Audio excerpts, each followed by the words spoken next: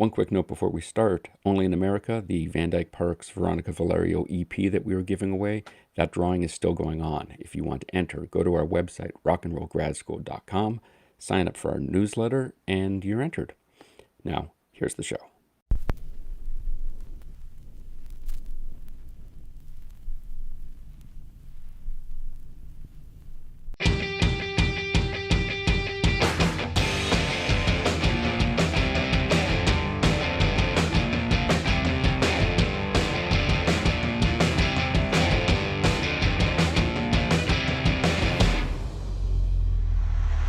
This is Rock and Roll Grad School with your hosts, Heidi Hedquist and Luke Poling.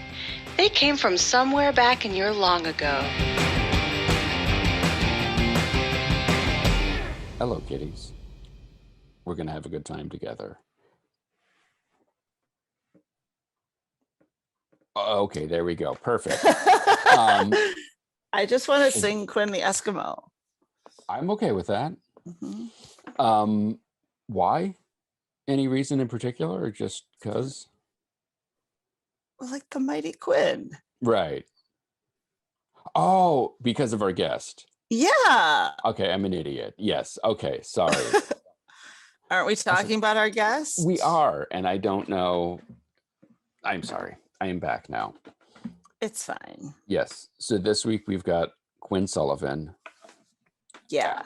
How would you describe him?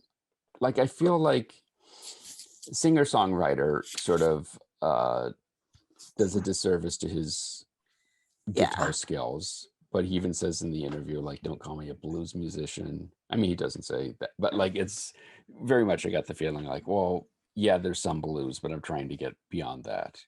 Well, right. Well, he was a not protege. He was a, what's the word? Virtuoso. What is it? That's a good one. Yes. Yeah. And began his musical career very young. Depressingly young. Yes. Yeah.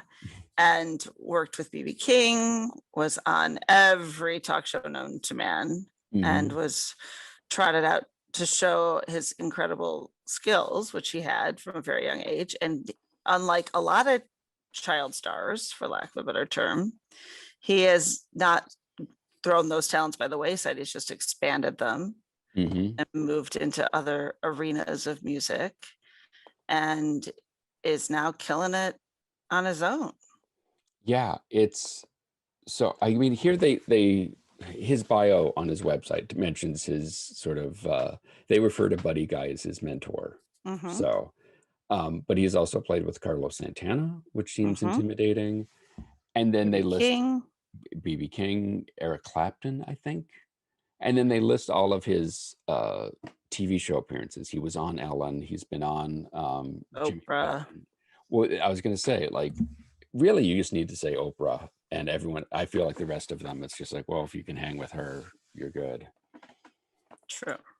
He does have one of those names you could see her kind of doing the sing-songy review. I had this idea. Do you remember the Folgers Crystals commercials in the 80s? That's like, you secretly replace these nuns' coffee with a very strong opiate. Right.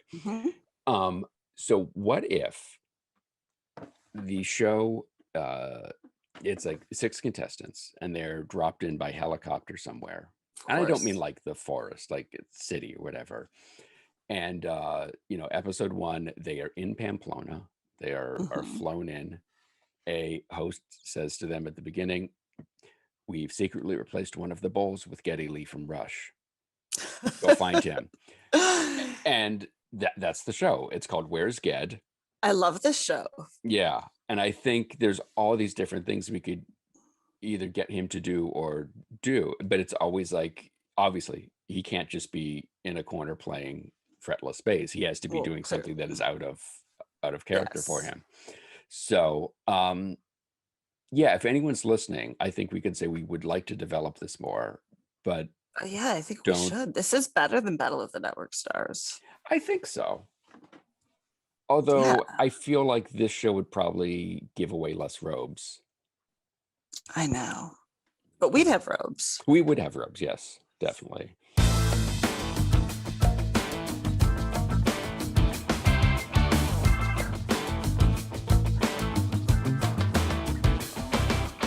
I feel like with most people's stories, there's that question of, well, when did you get into music? But you've been playing a long time, longer than most people your age. Yeah. When did you start? I started playing. I picked up a guitar at 3. My parents gave me my first guitar for one Christmas, and it's my 3rd Christmas. And yeah, I didn't really, obviously, when I was a little kid, I didn't think that this would obviously end up being like my career and like what I'm doing for my life or anything like that. But I definitely like loved it right from the time that I picked it up. Like I definitely had an immediate interest for it, like because like there was so much music going on in my house at one time. Like my parents would play me like all of the classic stuff from like the Beatles to like the Grateful Dead to the Allman Brothers Band. So I was getting absorbed in that, so I guess for me, like the guitar was just something that I'd see people play on TV or YouTube or whatever, and just be like mesmerized by it. And like as a little kid, a lot of kids my age would be getting into like football or baseball, sports, whatever their interests or hobbies would be, and mine was the guitar. So yeah, I mean that was like from 3 years old on, I was just obsessed. Yeah. So does that mean you grew up with like pictures of like posters of Lightning Hopkins and Robert Johnson on your walls instead of Tom Brady? I guess you could say that. And I mean, those particular, the blues was sort of something that came along a little bit later, like 8, 9 years old when I met Buddy Guy. But well, because when you're 4, you don't have a lot to have gone wrong in your life yet. No, exactly. But by the time you're 8, all kinds of stuff. So life is over at 8. Yeah. Well, yeah. I mean, like I was saying, the Beatles were like the first group of guys that I loved so much and was deeply, deeply into. I saw them for the first time, on the Ed Sullivan Show, like a DVD my parents got me, and I was completely blown away. I don't know. It was just like, it just took me right in. Like I didn't really want to do anything else for a long time, but like watch Beatles videos, that was like an obsession that I had early on. So yeah. I mean that they were posters all over my wall of the Beatles, and, I was also into like the Grateful Dead as well. My parents are both heavily into the Grateful Dead. They've been Deadheads for a while, so they showed me a lot of that stuff growing up. So yeah, I mean, that was those were like the initial influences growing up. Yeah. So how did that transpire for our listeners? Like, how did you end up with Buddy Guy at the age of 8? Well, I met Buddy Guy when I was 8, and he came to a theater locally in my hometown of New Bedford called the Zeiterion. And we knew some people over at the theater, and we knew that he was coming to town to play. And I don't think he had been here for a while. Like he hadn't toured around this area for a long time. So the whole area was very excited to get Buddy here, And yeah, we walked backstage. Like I said, we knew some people over at the theater, so they got us into the show. We found ourselves backstage, me and my dad, and I had my little Squire Fender Stratocaster guitar with me for him to hopefully sign if I met him, Did not think I was going to play with him that night. That was a total surprise that came kind of left field for me. Like I had no idea that was going to happen. And yeah, he was so nice, and I remember him being so gracious and so like welcoming to his environment, and he was so cool. And signed my guitar. I mean, I probably said 3 words to him. I was 8 years old. I was probably super shy, not talkative at all at that time. So I was just just very, very grateful to be in his presence. And yeah, I mean, I played him, a few licks on the guitar, and, right after that, he said, "You'd be ready when I call you." And that was it. And he called me up on stage. He literally pulled me out of the crowd that night, called me on stage. I played the last half an hour of the show with him. It was just, one of those nights that sort of just changed my entire trajectory of life. Like it just changed my entire, like everything. So everything about that night changed forever. So, I owe a lot to Buddy for that. And, and he would, play like every year he'd come to this area, or, 45 minutes to an hour in Boston or whatever. And we'd just get in the car and go see him. And we got in touch with his manager and, got backstage, and it would just be this cycle. We'd go see him, he'd have me play and sit in, and it would be this really amazing thing.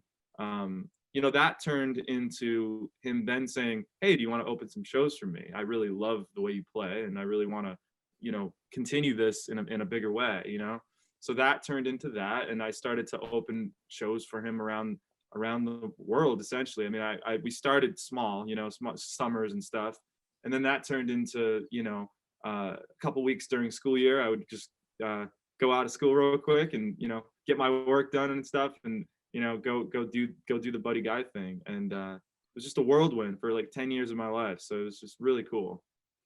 And getting to play with Buddy Guy and some of the other people you've gotten to play with or play for, I mean, you were on Oprah, you were on Ellen, you were on the Tonight Show.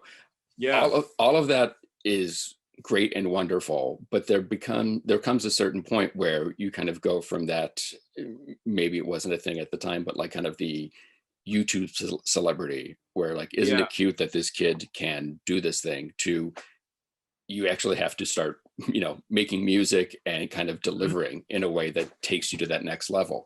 Absolutely. How did you get into songwriting, and how did you kind of make that transition? Because that's a very hard right turn for a lot of people. Yeah, absolutely. Songwriting kind of came did not come naturally. I was going to say naturally. It did not come naturally to me. It doesn't really come naturally, I don't think, to anybody. It's kind of like something that it's always like you're trying to get better at it. You're never really satisfied. You kind of just always have that drive to just write the better song. But that kind of came for me when I was like 16, 17. I started co-writing with people, and started getting into writing melodies and that kind of thing, and then lyrics sort of came after. So yeah, it was definitely something that evolved. When I was 12, I was pretty much just playing guitar. I always kind of had a sense of melody, and I was always coming up with stuff on the guitar, but not writing like full songs until probably 16. So I'd say that age I started, thinking about it more, and moving on to like 18, 19.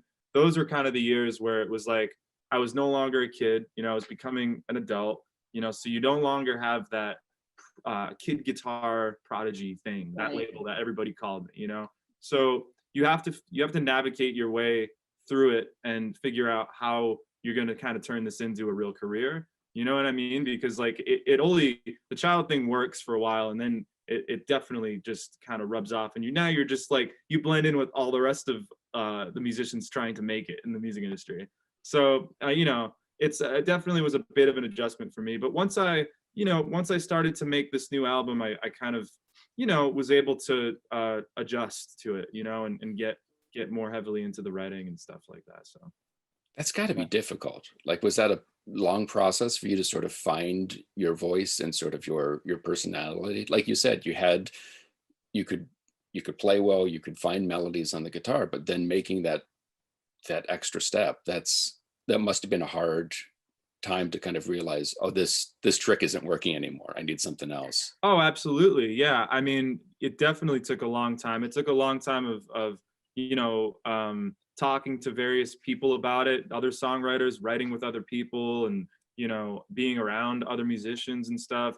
That sort of taught me how to craft tunes, because you don't really learn that on your own. It's kind of something that you have to be around, and really, I wouldn't even say going to college or school would be as beneficial as actually being in a songwriting situation with people, actually doing it, not that I'm knocking college or anything. I think that's very valuable, but I'm saying, like, but just come on, a real world situation. Yeah. Yeah. So that's been beneficial for me, just to be around other friends of mine that write really well, and I was able to always have that, system of people, I was around producers and other writers and stuff. So that was how they sort of helped me, and they're still helping me. I'm still 22, and still learning every day about it. So it's always a learning process for me. Yeah. Did you ever consider not pursuing music? It's been such a part of your whole life. No, I actually never. No, I never.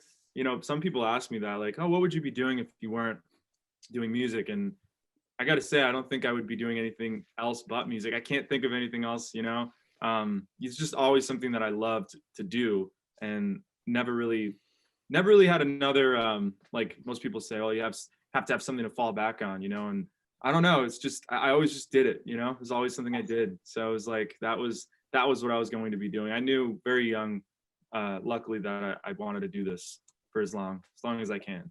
That's awesome. Even through those awkward years, that's good to hear, you know. Yeah, absolutely. Those transition years. So. Absolutely. Yeah. So if you, for people who know your backstory, if you will, the coming up, you know, starting out playing with Buddy Guy and some of these other blues greats that you've played with, but the music you're making now, it has a blues influence, but there's a lot more of, there's some pop, there's some, I think you could say, soul in there. Mm-hmm. How did you find that? Was that just sort of a natural combination of your interests, or how did you get to there? And you weren't writing, damn right, I've also really got the blues. Yeah, I mean, I was always, like I said, I was a huge Beatles fanatic as a kid. So I was always listening to other styles of music. You know, everybody has the misconception that I was only listening to blues and getting in. And I love the blues, but I was also listening to Ray Charles and Al Green, and I was listening to you know, like alternative music, like contemporary pop, you know, like you know, like a lot of like Ed Sheeran and John Mayer were also seeping in to my listening. So like I was listening to everything, you know what I mean? So that style of music, you know, or those styles of music were influencing my writing and the music that I wanted to put out, you know. And that was also influential in helping me find my own voice as a writer, you know. Can you talk a little bit about the new record? Who plays on it? Do you have a band together now that you're going to take out on the road? Is that the same group that were on the record? Things like that? Yeah. Well, it's actually a completely different set of musicians that will be touring. Screw those guys. Yeah. Right. No. But no, making the record process was really fun. I did this album with a producer named Oliver Lieber, and his dad was Jerry Lieber, who wrote. He did okay for himself. Yeah. He did okay for himself. Yeah. If anybody knows great songwriting. Yeah. So yeah, it was very, very cool to hook up with Oliver and in LA, and we did the whole album in his studio, in his backyard studio, and we had the most amazing musicians come in and play on this music. You know, we had Abe Laboriel Jr., which is Paul McCartney's drummer, and we had Aaron Sterling, who plays with John Mayer a lot, and you know, many other great artists playing drums as well. So we had a lot of people on this album, and you know, those are just a couple of names, but we had a lot of great musicians that Oliver hooked me up with that, you know, came in and played on this stuff. So it was super, you know, I was just completely mesmerized the whole time. It was just like, you know, kid in a candy store. You know, he also had all of these guitars, you know, vintage guitars that I got to play on it. So it was just, you know, it was great. It was so much fun for me as a guitar player, and you know, but yeah, he really, you know, he taught me a lot too about songwriting, because we actually co-wrote 90% of these songs together. So okay. You know, he was very, very instrumental in helping me, you know, find my voice on this album, and really, you know, help me direct, you know, what I wanted to say on this record. So it was a very, very great process. Yeah. And you mentioned Abe as one of your drummers, I believe from Lexington, Mass. I think so. Yeah. From around here. Yeah. Sorry, Heidi. Just needed to. So how did you see this album grow and change? You said finding your voice on this. How is it different from what you've done in the past? Or how do you feel when you listen to it now? Kind of what do you make of it? Do you see that growth? Oh, absolutely. Yeah, I definitely see this record. To me, is the first album that really shows who I am as an artist. I think it's a coming of age album for me. And not that the other ones weren't good, and I'm very proud of those, but I think this one just feels the most me. And I feel like my voice is finally coming in, and my guitar playing is finally where I want it to be, and everything's kind of lining up musically well right now for me. So I'm very excited for people to hear, the people that have been following me for a while, to hear this and kind of go, wow, you know, he's kind of grown. And also all the new people that are going to come into it, you know, will see this is the album that defines me, you know. For all your loyal fans who have been following you for all these years, yeah, what's going to be the biggest surprise when they hear this new album? Probably to find out that it's not necessarily a blues album. You know, I think everybody expected me just to make a blues record. And, you know, I think you always have to be very truthful to what you want to be saying musically. And I think if you're doing something just because you want to please other people, I don't think that's necessarily the right thing to do. I think you want to be doing something that, you know, fulfills you first, and, you know, you hope it fulfills other people too, you know. But you know, I knew 2 years ago I didn't want to make a strictly blues album. I wanted to have an influenced blues album, you know, influence is there, but never you know, never doing never doing any. I don't think I ever want to be doing anything in one particular genre. I just want to be doing, you know, music, you know, whatever that is, whatever that's rock or soul or blues or pop or whatever it is. I just want to be in it and doing it, you know. You said you had that idea a few years ago to be like, I don't want to do just blues, I want to expand this.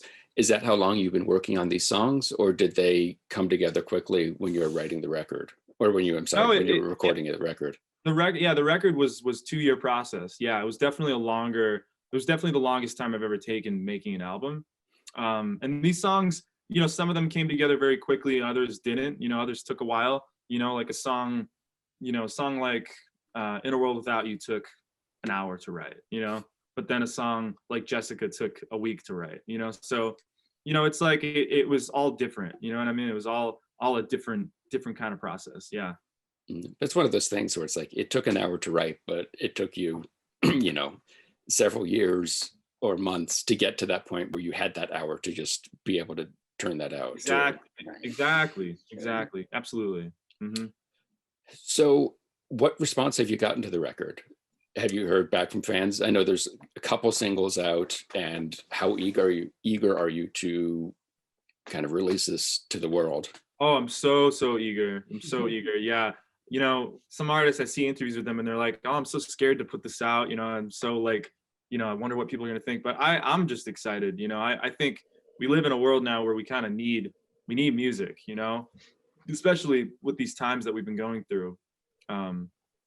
So yeah, the response so far has been great with the singles and stuff. So I'm just looking forward to everybody hearing the full album and, you know, people getting into it. Yeah. And again, to bring it back to the folks you kind of grew up with, so many of them excelled or excel at playing live and really get their, you know, energy from that. Are you similar? Are you eager to get out there and play this record?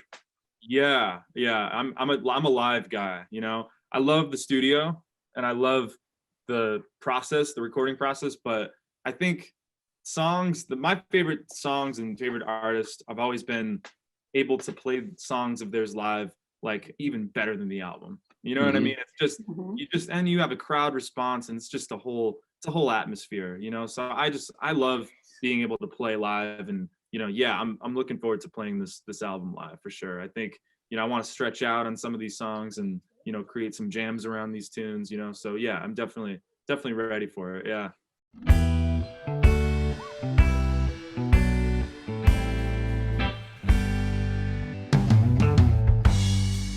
How could he treat you so badly, baby? I've seen this movie one too many times. You keep saying maybe one day he'll do you right. I just wanna know how many more tears can one girl cry. Wide Awake, the new album by Quinn Sullivan, is available this Friday, June 11th. For more information, go to his website, quinnsullivanmusic.com. You can follow us on all the various socials. You can check out our website at rockandrollgradschool.com for more grad school content. And please leave us a review on iTunes. We're tired of asking our family members to do so. Today's show is produced by myself and Heidi Hedquist. Our reluctant executive producers are John Sauvé and Sandy Stone. Our willing producers are Rachel Allen and Randy Jeanette. Our intern is Zach Jackson. Our graphic designer is Samantha Mastonen. This one's for Philippe. Thank you, good night, and may all your favorite bands stay together. You can find a better man. I'm so done being shy.